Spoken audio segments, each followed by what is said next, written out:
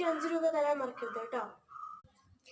അത് അമ്മ, ഞാൻ ശരിക്കും പൈസ ചോദിച്ചത് സ്റ്റാമ്പിനായിരുന്നു.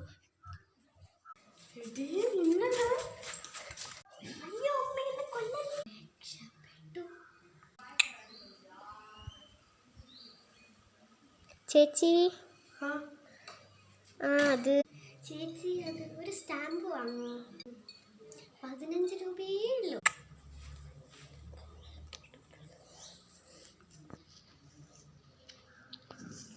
ഈ ഒരു സ്റ്റാമ്പിനാണോ നിനക്ക് 15 രൂപ വേണ്ടത്?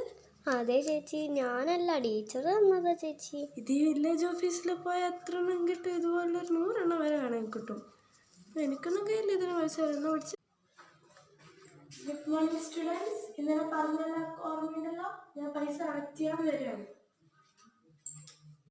നിന്റെ സ്റ്റാമ്പ് എവിടെ? അത് ടീച്ചറെ